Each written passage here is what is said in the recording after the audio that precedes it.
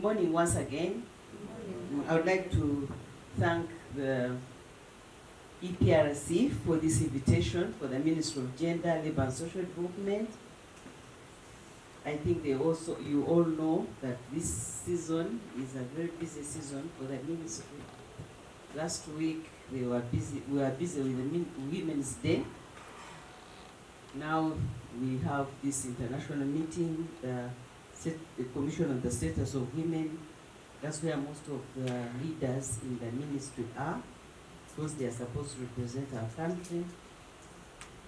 And I was asked to come a bit late when I had already made my program. I'm supposed to be in the field this afternoon. So when they told me to come, I said, well, I can't. I have to come because we also would like to appreciate such initiatives that carry out research on the ground without any bias.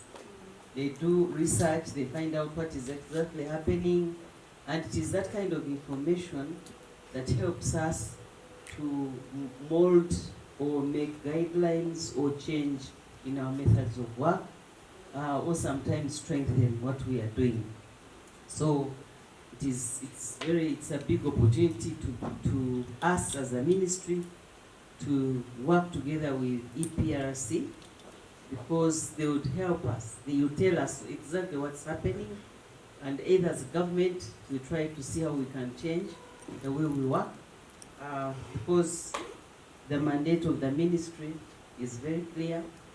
It focuses on the vulnerable groups and tries to minimize the inequality which comes through by promoting cultural development, by mobilizing communities for development, by making sure that at least the labor and employment is enhanced. So the mandate of the ministry revolves around those areas, but gender inequalities in community is what it focuses on. I also would like to say, yes, the Ministry of Gender might be involved in empowering, because it's its mandate to empower women. But it's basically puts in place an enabling environment for the whole country to make sure that they promote gender equality. So most of our policies that are developed, the guidelines are all around that and cuts across. So when we are talking about issues of empowerment, what the ministry does is to compare all these other ministries, departments and agencies to ensure that they promote gender equality and women economic empowerment. So you'll find trade looking at women economic empowerment, energy looking at women economic empowerment. The ministry also tries to put in some flagship programs, but they are few.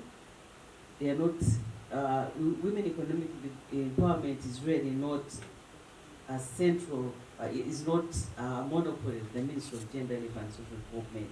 But it does, it's put up enabling environment for other departments, ministries and agencies to focus on women economic empowerment. So even looking at the private sector, you'll find all these banks, other players all look at women economic empowerment, and they have some kind of programs that address those. So I'm just going to talk about the few that are housed in the Ministry of Gender, Labour and Social Development, but also try to also tell you that there are so many other, and all those as a ministry we keep an eye to see if they promote gender equality. So I think from that background, I'll just talk about the few programs that we have in the Ministry of Gender, Labour and Social Development, and these are flagship programs that started so that we can empower women and see to what extent we can bridge the gap of gender inequality. So the Uganda Women Entrepreneurship Program, as I've already been introduced, I'm the National Program Coordinator of the now joint program of Youth Livelihood and Women Entrepreneurship Program. In the past, it was, we had separate programs under two different departments. One was the Uganda Women Entrepreneurship Program, and another was the Youth Livelihood Program. But with the advent of the parish development model, the focus was put on parish development model. And so as a ministry, we, as government, they decided that we should retain the WUEP and YROP, but administratively, we put it under my leadership and a team, a smaller team within the ministry. And now we use money that is revolved. So government said these programs should remain, but they should recover and revolve the money that we have already given them. As you've heard, the many years the programs have been in place, there's money out there, some not recovered, some recovered and revolved. But that's the kind of program that we are now working on as UEP and YROP. So the Uganda Women Program focuses on women. And you have to be the age in the bracket of 18 to 65. And you can work in groups. We work with groups because we don't ask collateral. It focuses on the small rural women. Those who are not able to go to banks or to get other facilities that the country has. So those are the women that we focus on. You have to be in groups so that we don't ask collateral, because one of the hindrances of women participation in getting money from banks was they didn't have collateral. Even if they had, they didn't have the authority to use them to get money for their small enterprises. So we are looking at small enterprises now to begin with, and then when you grow, as you realize, you go into other programs that can focus on bigger enterprises. So you form groups 5 to 15. So even if you are 5 in a group, you are eligible to apply. These programs are based at local government, at community level, and they are demand driven. So you hear about a program, that's why I'm thankful to EPRC for giving you this opportunity, maybe for those who know, or who might not know what is happening, to get to know, and those who know to get more information so that you are able to inform the groups, the women who live with you and serve with you in your communities. So when you form a group, you ask for money. The maximum amount of money we give each group is 12.5 million. So but it is community based. All the forms, all the requirements are found at the sub-county level. You go to the community development officer, sub-county development officer at the sub-county level. They have all the information. That's where you derive. Then you make your applications. The sub-county looks at your programs, and when they are satisfied, they take it through their committees at the sub-county level.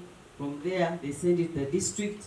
The district looks at what you have, whether the program is worth receiving that money, and whether you have fulfilled all the requirements that are already given out to the community. Then after that, they send it to us at the Ministry of Gender, Labour and Social Development for payment. So ideally, we don't participate in the selection, neither do we participate in the recovery. It is the local government level. The only thing we do is that we give the indicative planning figures. I don't know, we tell them, at this district, you have this amount of money. Like now, we tell them, Wakiso district, you have recovered 200 million. That's what we are going to give to other groups. So that is what we tell them. Then they select groups that fit within that amount of money. Then they tell us that this is what we want. For us, if we check with your file and we review and find every step has been followed, because at the district level, the chairperson Women Council has to sign. We have the cow, we have all those signatories who have to make sure that they are there.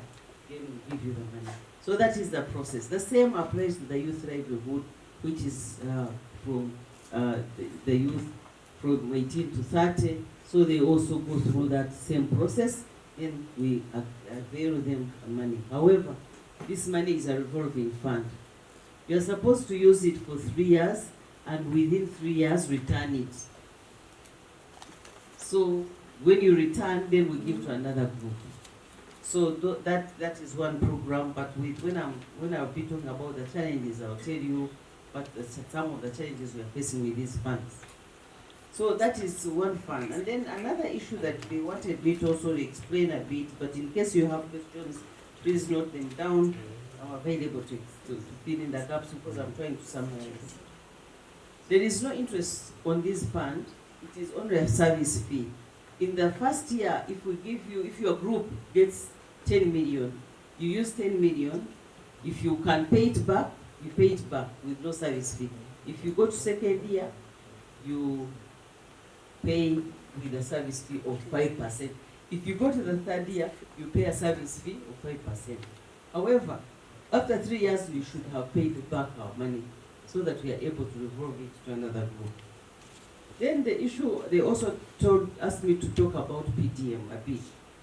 The parish development model, you are all aware, it is the new vehicle to reduce poverty from communities and to make sure that we transform the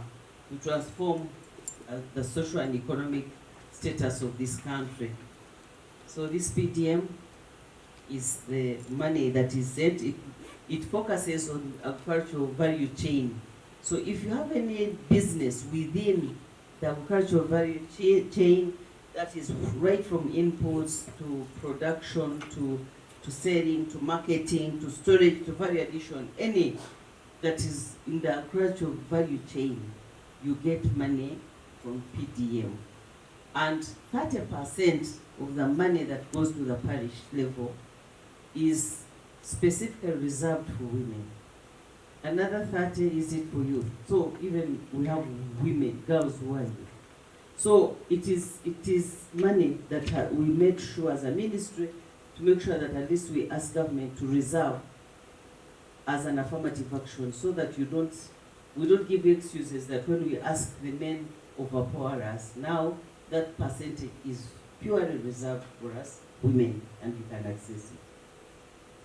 So this one, the beauty with the PDM is that it's at every parish. So there's nobody who will come and say, for us, our parish was not considered.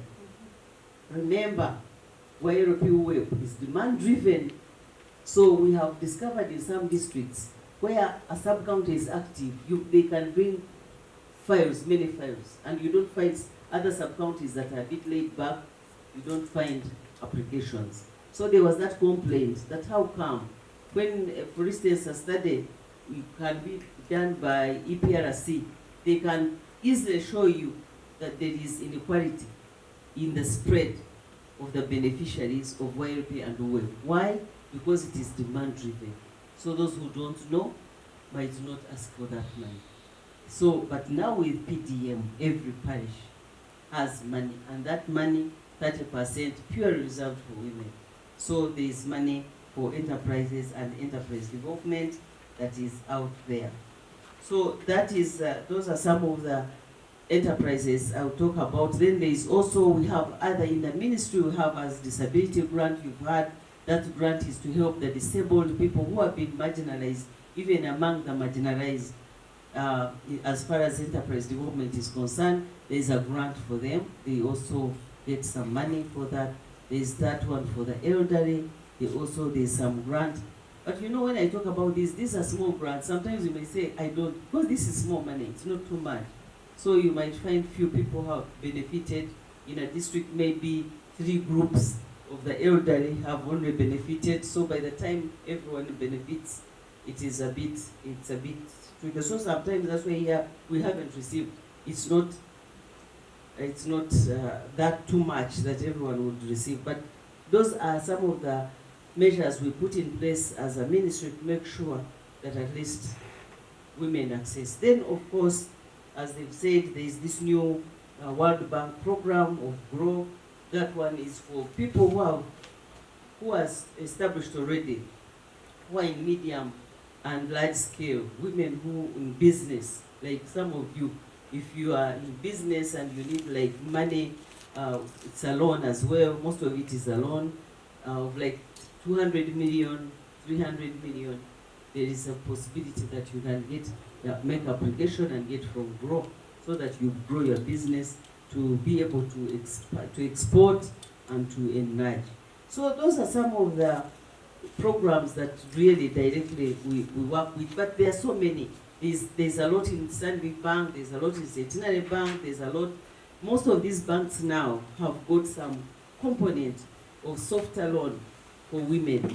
So there's a lot. The private sector has several enterprises that it is also promoting through different organizations. So those are some of the things. Now I wanted also to talk about what are challenges. What are the challenges? And I know these have been questions that have come up. One of the biggest challenge is poor recovery. It's very unfortunate. But I must say now, women have been doing much better. The youth, we are not performing well. But women, before COVID, we were at 82% recovery rate, which is usually even higher than banks. But after COVID, we've seen a decline. Though we are trying to come up again, we saw a very big decline in the recovery rate. And also after, when PDM was introduced, people thought YLP were no longer there, and we saw a lot of laxity in paying back. But now we are trying to go up again, so the poor recovery. One other weakness that we saw, challenges that we faced indeed, is the COVID. I am glad that, of course, there were these initiatives to help people recover. Maybe women would have taken advantage of that so that they recover and pay back. But most of the enterprises, as you said, fell off. Some died completely. Those which are trying to come up are still coming up slowly. So there was really a very, very bad impact of COVID, especially to us with our small businesses that we are supporting. There's also a lack of value addition and marketing. We have some women whom we support, but they sell in local communities. So usually the price, the money they get from their products is quite low. So also there is that one. If we had value addition, money to do value addition, to do marketing, I think we could have gone further. The fact that we use groups is a good issue. It's a good thing when you are using groups, because they stand surety of each other. However, we have found a problem in some areas where groups disintegrate. They come to us as teams, they are working together 1 year, 2 years down the road, they are in disarray. So the repayment is crippled. So we found that as one of the challenges of the groups, that we use disintegration, and sometimes that's why now we have emphasized, even if you are 5, you come. We no longer emphasize for all 15 members of the group. So 5 people, if you know you can work together, as long as you are women, you come together, and that's how we are trying to overcome that. And of course, these programs are monitored by local governments. So there are challenges at local government level, and also they don't usually have enough resource. We don't have enough money to empower local government to go and do thorough selection, or sometimes monitor what is happening. So the operational fund hasn't been adequate. That's why we are trying to partner with so many organizations now that we are talking to help us support the operations at local government level. And if we get more support, we would be in position to improve the kind of, to reduce the challenges that we are facing. So now, it being a government program, once they don't release money at the right time, in the right quantities, so sometimes their files file, women get discouraged. They make applications, the applications never go through, because the selection at district, community level, sub-county and district level, sometimes can be full of some kind of people wanting their own. So we have those challenges, and we are aware. But we know as the fund increases, maybe that shall be overcome. What could explain some of the successes that we've got with this program of WEP? I think the progress, the success of WEP depends on the governance of every district, where we find district leadership very active, very focused, and women are really up to making money, not using money and not paying back. Those districts pay very well. You find the recovery is even more than 100%. So they use money quickly, bring it back, they apply for it, we give it to them. But where we have found governance at district level not active, and that is the whole set, the COW, the chairman, the chairperson, women council, all those leaders, where they are active, they are doing very well. But in some districts, it is not doing well. Even these leaders sometimes don't reach out to interest groups that are of substance. They select groups that maybe will even face challenges right from the beginning. So all that is what has made, where it has been successful is good governance. And I think, as we hear from you, I'm sure you all will attest. Some people don't even know about the programs because leaders don't tell them. So also that is another challenge that we have seen, but also a success in some districts. It has been, when we go out and see how women start, these women at the low level that we are supporting, you find a woman, they do not even have an equipment for a salon, but we are able to give you money, you buy as a group. Then eventually, when you expand, each one can even get, or sometimes we give them money and each woman gets a salon, they work together. So it is a success because we are preparing you for these programs like Emyoga. And I want to encourage you, don't neglect government programs. You know, some people get biased and sit back, but government has programs. So the moment you say our government doesn't work, things don't work, you lose out. Because some people have taken advantage of them and they have moved forward.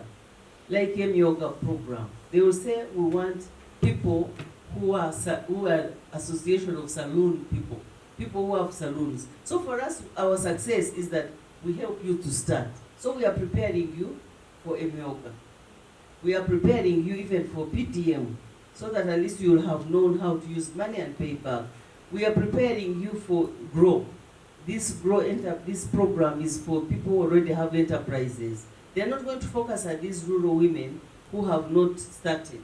So they will focus on those who already are going forward. So we are preparing, these small programs prepare you, and that's one of the successes that we have seen. And of course, it's easier to get this money. Some people become, but it is easy because it is there at the sub-county, though it is not much. So how do you benefit? For me, I would like to encourage you, please look out for these programs and apply. You might apply and maybe the money is not enough, but as we give, once one group goes off your sub-county, another one will come in, another one will come. So please apply. For this PDM money, apply and pay back, because it is not money that government money cannot be taken. Even now, people have not paid us back, but we have their IDs, we have everything. Anytime government comes up and says, now, go and get these people, we shall get, because we have all the IDs now, and we know where these women or youth would be.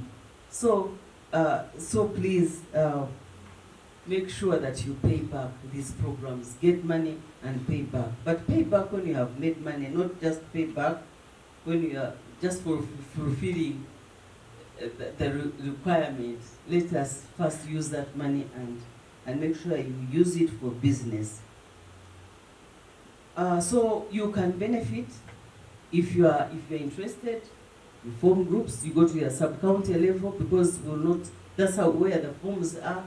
Get them, fill them, get your leaders to know that you are interested and have an enterprise. They will have to visit your enterprises, because they are not going to support you if you don't have enterprises that we are working together on down there. And I would encourage women to use groups.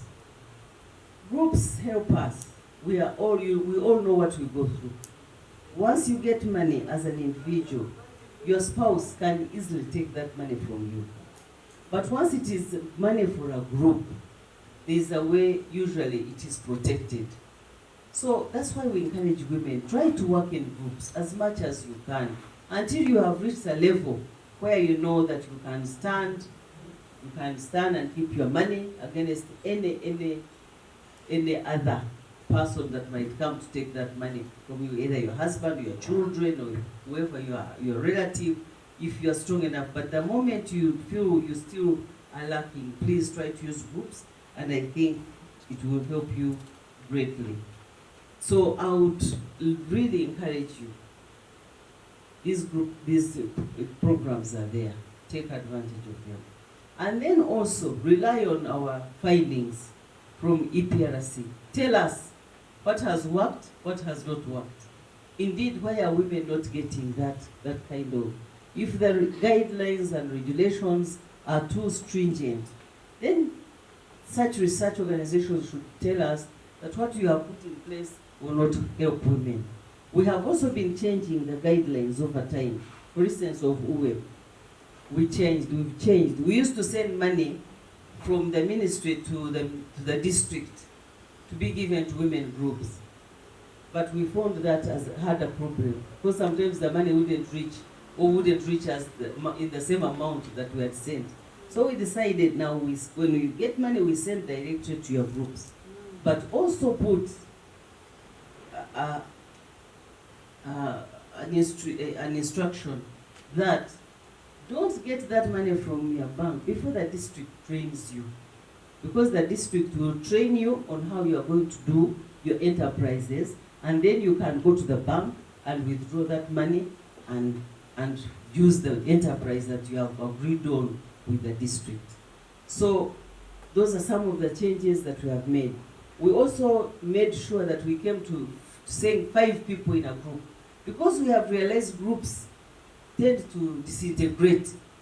So we said, okay, let us have at least 5 who can come and apply and get that money. So those are some of the changes that we have made over time.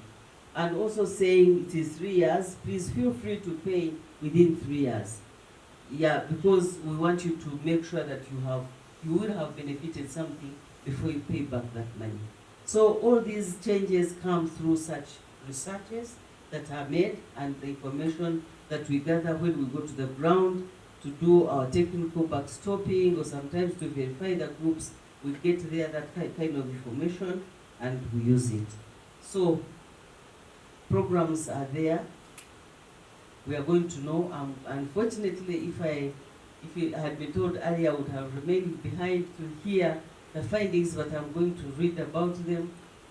Programs have come, let us use them. If there is anything that is in the way, because for us we are about women economic empowerment. If we are not able to empower you economically, then we will not be doing our job right. So if there is anything in the way that is genuine, then we would come in and make sure that we remove any impediment in these programs.